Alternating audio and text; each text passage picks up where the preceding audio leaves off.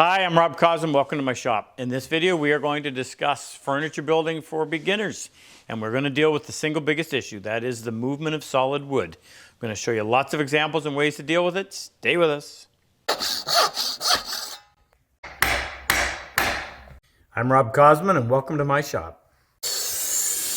We make it our job to help take your woodworking to the next level. If you're new and you haven't subscribed, please do so. Hit the notification bell so you'll receive alerts when we release a new video. And anytime we use a special tool, we'll always leave a description down below. All right, let's get to work. So the fundamental concept of working wood is that this piece of wood is always going to be changing in its dimension. It's always trying to reach what we call equilibrium.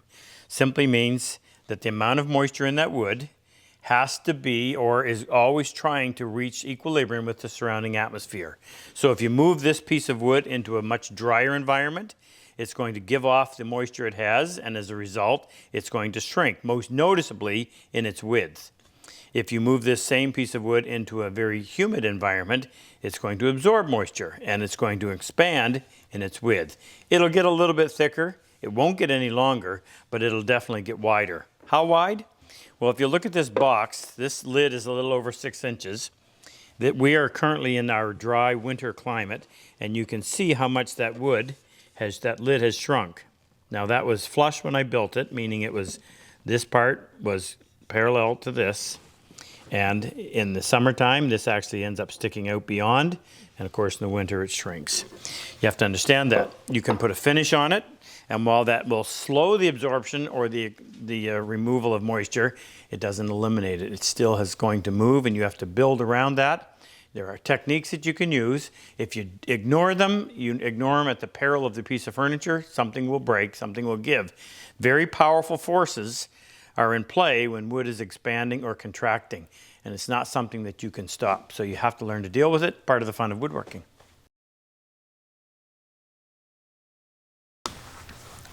You may have heard the term cross-grain construction, and any piece of furniture built is going to have some of it, but it has to be allowed for. You cannot restrict movement. Let me show you what I mean. Here's a piece of Douglas fir. This piece of Douglas fir is going to get wider and narrower. It's not going to change this way. It is going to change this way. This piece of Douglas fir is not going to change this way. It'll change this way, but it's stable in its length. If I were to glue those two pieces together, let's say I wanted to hide the end grain for whatever reason, and I were to glue that on there, whether I glued it, nailed it and glued it, screwed it and glued it, doweled it and glued it, mortise and tenon, tongue and groove, doesn't matter. Anything that's going to join these two pieces together and not allow for movement is going to create problems, and at some point something is going to break. The same would be true if I were to glue that piece up on top like that. Again, I'm restricting this movement because this piece does not go with it. You're going to run into problems. So now what we're going to do is go through various ways of dealing with cross-grain construction, because as you'll find out, you build a piece of furniture, you're always going to end up having situations where two pieces of wood are crossing each other, or at least their grain is crossing. Perhaps one of the greatest examples of cross-grain construction, or the need to deal with it, is in building tables. You've got a solid wood top attached to a frame that is dimensionally stable, and you have to allow for that. So this is a small hall table. The top is made out of northern white pine. It's 15.5 inches wide. Now let's have a look underneath and see how I've dealt with the seasonal movement that's going to take place. Now, if your home is air conditioned, heated, both cooled in the summer, heated in the winter, you're probably going to experience no more than 2 or 3% change in the the moisture content of the wood that's in your home. So if it's 6% when it's dry in the winter, it might get up as much as 9% in the humidity of the summer. On a piece of wood like this, you could easily see 1/4 of an inch, maybe even as much as 3/8 of an inch. And by the way, there are charts that you can access that will tell you that. But you could see as much as 3/8 of an inch movement, which means in the summer, as this piece of wood starts to absorb moisture from the air, it could go from 15.5, maybe as much as 15 3/4, possibly even 16 inches wide. That's a lot of movement. And if you don't allow for that, this top is going to crack somewhere. So here's what we've done. First of all, if we look at the frame or the base, the majority of the length of the base is comprised of a piece of wood and its length, that longitudinal direction we talked about, which means it's not going to get any longer. If we look at the width of the base, it's comprised mostly of this piece of wood and its length, so we know that this is not going to get any wider. So we call the base dimensionally stable. The lid, or the top, a piece of wood in it across its width, is going to change dramatically, as we mentioned. It's not going to change in its length, so we don't have to worry about that one. So here's how I've dealt with it, and there are lots of ways of doing this. Whatever you do, you want to keep it secure to the base, but not restrict that movement. My method was something I came up with several years ago. I use dowels that are flattened off. If you look at the end, you can see that it's not a completely round dowel. It is flattened off. So I've drilled a hole in this end piece. I don't have 360 degrees of a hole. I have maybe 75% of it. And I have not drilled the hole all the way through. I've come maybe to within about 1/8 of an inch of the back. Now, I want this top to move the same amount out from center. So if we look down here in the end, I want to hold it secure right in the middle so that all the movement is going to go equal from center. You wouldn't want it to all move to one side or the other, at least not in this application. So these dowels are glued in this hole, and it's also glued and screwed to the middle of the tabletop, one on either end. That means as long as I don't restrict it with the others on these two long pieces, the movement will go out from the center and in from the center, so everything should always stay in nice balance. What we've done over here is we've drilled holes, same situation. We've drilled a hole here that doesn't go all the way through, maybe to within about 1/8 of an inch. This dowel has been glued and screwed to the tabletop, but there is no glue in the hole. Same thing on the other side. So in the summer, when this wood starts to absorb moisture and it starts to get wider like that, this dowel being attached to the top is going to go in that direction. It's going to go farther into the hole. As long as it doesn't go beyond what I've allowed for, I'm going to be okay. And in the winter, when this starts to give off moisture and it starts to shrink like this dowel being attached to the top is going to pull out of the hole. Now, we don't want to pull all the way out, so that's a bit of a guess, but I probably drilled the hole back to about here, and I stopped the dowel somewhere in the midpoint. So you had room on both directions, A, to keep it from bottoming out, and B, to keep it from pulling out in the driest part of the year. Now, as I mentioned, there's lots of methods of doing that. That just happens to be one that I came up with several years ago. I've had great success with it, and I use it a lot. Perhaps the next most popular use of cross-grain construction is going to be found in doors. Frame and panel doors are very common in kitchens and on furniture. And the problem is that you have a big space to cover up. Yet, if you use a solid piece of wood and you want doors that are set into the frame, then you're going to deal with a lot of expansion and contraction, and that's going to create an issue. You can put it on the surface. The problem sometimes with a solid panel is it's going to cup and move. And there are ways to restrict that, but not very appealing for a piece of furniture. So we use a frame and panel. So this frame is made up, in this case it's a piece of birch that's 2 inches wide. I'll give you the actual dimensions. It's 2 inches by 37 1/4. Well, we know that this board is not going to get any longer or shorter. So this door frame, made up of primarily these two pieces, is going to be dimensionally stable in its length.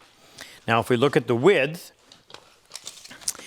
out of 14 1/4 inches, 10 inches, 10 1/4 inches is this piece of wood in its length. With that little bit of width on either end, we almost don't have to pay attention to that. So this frame is going to be dimensionally stable in its width. So here you have a nice big frame that is dimensionally stable. You can make that inset and you don't have to worry about it.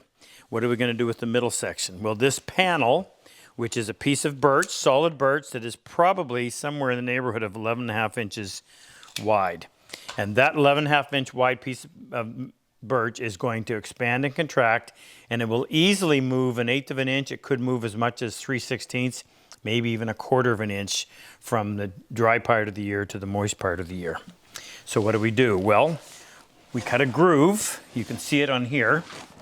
We cut a groove in all 4 pieces. These are called stiles, the long ones, and these are called rails. So there's a groove cut all the way around. And when we make our panel, we trim the outside edges to fit into that groove. But as you can see, we also have a fair bit of room for it to move. That's why there's this rabbet all the way around. On this side, this panel is angled down to about here, and then that surface that is going into that groove is parallel to that surface back here. So that will allow it to slide in or slide out without any problem. If you look real close, you can see, we're in the winter, so it's starting to shrink. You can see where the finish, when it was sprayed, part of the panel was already inside that frame. And as a result, you can see some area that has not had any finish put on it. Now, typically what you should do in a setting like this is, when it's in place, make sure you have the same amount of reveal on both sides. So you measure from the edge of your rabbet to the side of the frame on both sides, get it centered, and this will actually move because it's not glued in.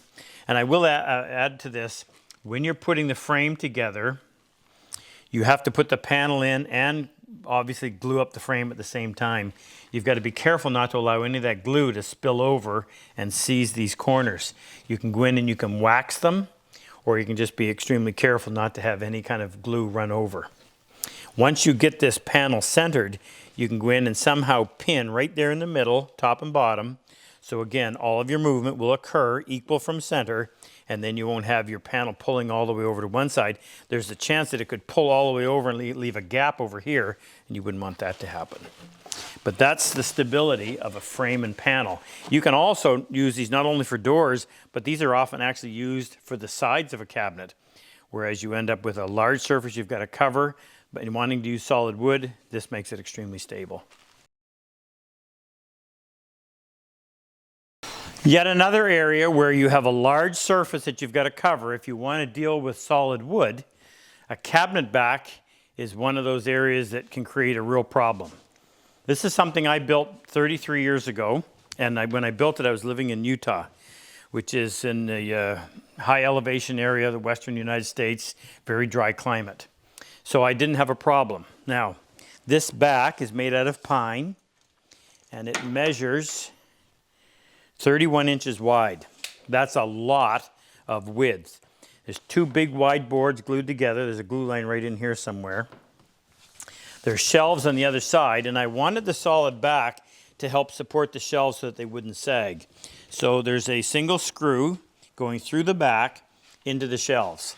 And that also helped to keep all the movement equal in center so that it would go, same amount would push out this way as it would pull in this way. And when I built it, I allowed for that. We moved home to New Brunswick, which is in eastern Canada. I live about 8 kilometers from the coast. And I remembered to take care of all the other pieces of furniture, but I had forgotten about this one. And one day I was walking by it, and I looked, and I thought, what is going on? Because these are called through wedge tenons. Now, we did a video recently on through wedge tenons. We'll leave a link below so you can understand what I'm talking about. But this is an extremely strong joint. And you almost have to destroy the wood in order to pull it apart. And these through wedge tenons were sunk in about 1/8 of an inch. And I said, what has happened to this? And then I remembered. Because this solid panel is secured here, all of the movement was going to push out in that direction. And it literally blew apart all of these through wedge tenons. Now, these are double through wedge tenons, even stronger than a single one. And there's 1, 2, 3, 6 on each side. That's a lot of pressure in order to blow that apart. I was able to take the panel, get the panel out. I think I took a blow dryer to it, and I got it to shrink enough that I could actually take the screws out and pull it out, shorten it.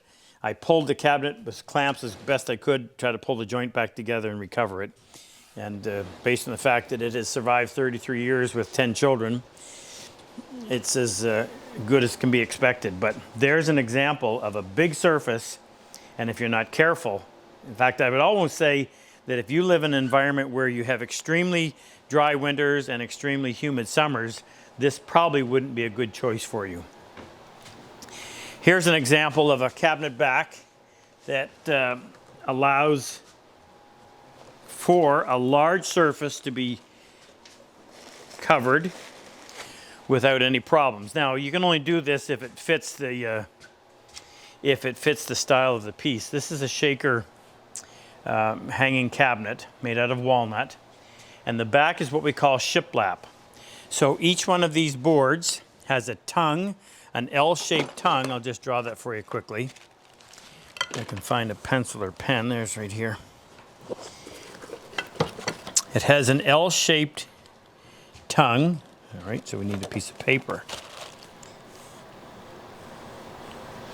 And on the opposite end, we have the opposite. So when you build it, and your next piece fits in here like this,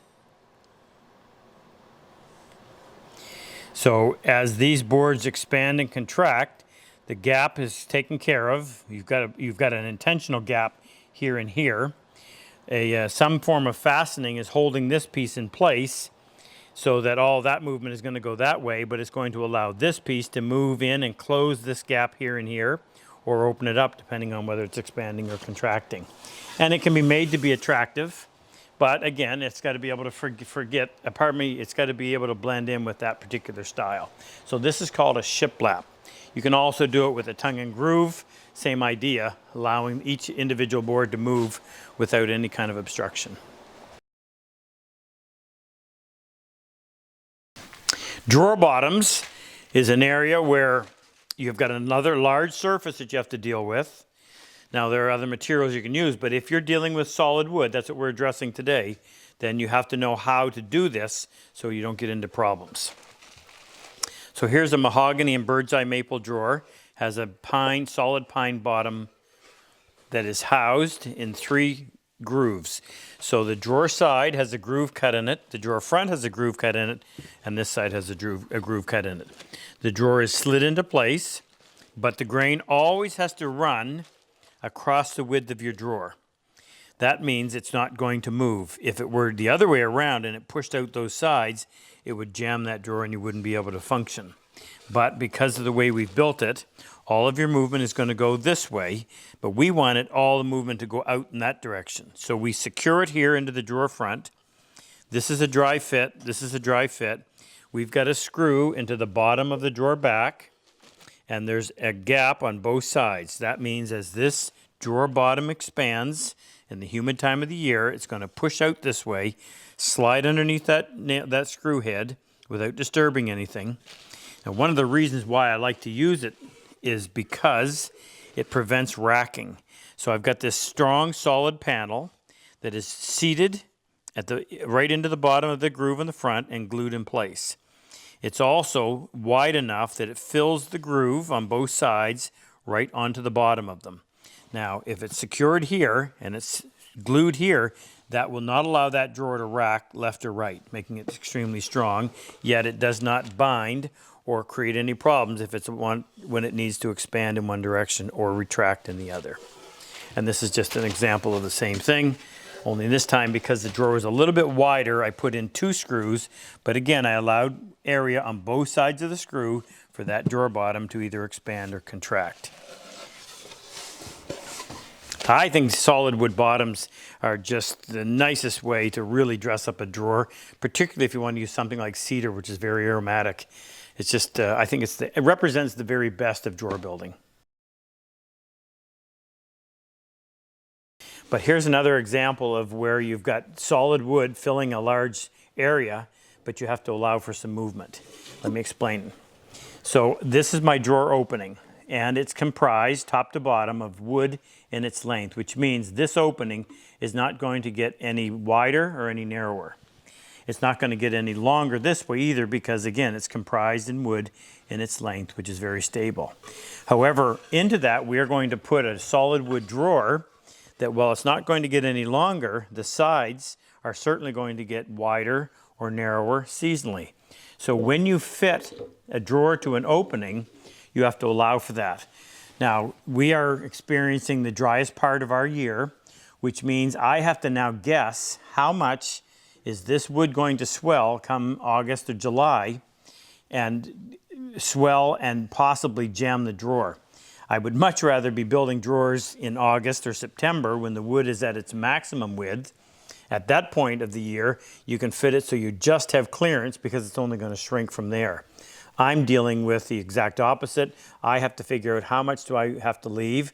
If I don't leave enough, this will bind shut. You will not get it open. If I leave too much, then you end up having a sloppy drawer all year round. So it's a bit of a crapshoot. Do a little bit of research on how much movement you can expect in a piece of wood, this particular species, over that width from season to season, and good luck. And speaking of tables, another similar, very common situation where you have cross-grain construction is something called a breadboard end. So what folks will do is they've got a table. Now this is obviously not very wide, but a wide board, and they're worried about it cupping, or they don't want to see the end grain. And traditionally what they would do is they would apply what's called a breadboard end. So you would have a big tenon cut on the end of the table, and then you would have a piece of wood in its length with a slot cut in it to accept that. You always have to allow for a little bit of extra. I'll explain that in a moment, but that would fit on there and be fastened, and it would dress up the end of the board. Personally, I don't mind end grain at all, but if you're going to do something like this, then you've got a lot of cross-grain construction, and that has to be accounted for. So what you would do first is you'd make sure that the groove, the slot cut to accept that tongue has to be longer than the tongue is wide. So if you put it all the way over to one side, you see I've got about 5/16 of an inch. So as long as this is centered, there's going to be room for that to move. Now that means you can't glue this in. What you can do is you can glue the very center, and what I would typically do is just cut a very shallow arc on this piece so that when I put this together, and it's going to be glued, and if this was a table, I would actually pin it from the bottom as well. I'll explain that in a moment. But if that was glued just in the center, maybe 1.5 inches or so, not something you have to worry about in terms of movement, glue that in, and because of that slight arc in this piece, when this is pulled tight, that will pull tight all the way across, and the extra pressure from that slight arc will keep this joint nice and tight and prevent that from opening up. Now, something you'll notice seasonally is you're going to have times when it's going to be flush. You're going to have times when the wide piece is going to be pulled in from the end, and you're going to have times when it sticks out beyond. Now, what I do to account for that, if it's a table, a dining table, or any kind of a table that you're only typically seeing one side, I would also pin from the underside. I would put a dowel in there that would go through the first cheek, go through the tongue, and stop somewhere halfway through the second cheek, so it's nice and secure. If you want even more support, out here, farther away, you can put 2 more dowels, one on either end. The dowel would be cut through this piece and partially into the second, and the same thing here, but then you would come in and you would take this dowel hole and you would elongate it like that. You don't want to change this dimension so the dowel remains tight, but you elongate that, which will allow for that seasonal movement. The one in the center obviously stays fast so that all the movement goes out equal from center. And that makes for a good strong joint, and it's a way of dressing up the end of a table.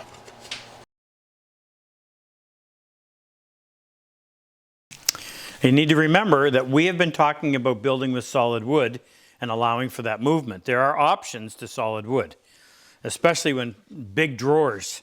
I often will use plywood. The nice thing about it is it covers that great big span, so you don't have to worry about any movement. I build the drawer the same way because it's easier to build a drawer where your drawer bottom slides in from the back. However, in this case, there are these 3 screws, no need for any movement, allowance for movement. Nice stable product, works great. So you have plywood, varying thicknesses. You have particle board, which I don't particularly like. You have MDF, which I'm a big fan of. Used in its proper application or appropriate application, fantastic product. Give you a quick example. I showed you this box made out of walnut, and I also showed you how it had shrunk. And this time 6 months from now, it'll be sticking out beyond by that amount, and there'll be a few months where it'll actually be flush. And I'm fine with that. But if you aren't, or you want something that is dimensionally stable, here's an example of a box. Now this lid is 10 inches wide. It never moves, it's always flush. And why? Well, it's a piece of MDF that has had solid oak glued, a strip of it, probably 1/4 of an inch wide, on both sides and both ends. And then a piece of oak veneer on both sides. It keeps it nice and flat. There's no movement to deal with. And as I said, in this application, a great product. My preference is always going to be solid wood. I think there's just something about it that you just can't replace with man-made product, but there are options out there. However, dig into it, find out what you like, but you have to pay attention to the movement of wood, and when you figure that part out, building furniture is going to be a lot more enjoyable and will last a lot longer. If you like my work, if you like my style of teaching, click on any one of these videos to help take your woodworking to the next level. And I've always said, better tools make it a whole lot easier. If you click on the icon with the plane and the chisel, it'll take you to our website, introduce you to all of our tools, and also talk to you about our online and in-person workshops. Good luck in your woodwork.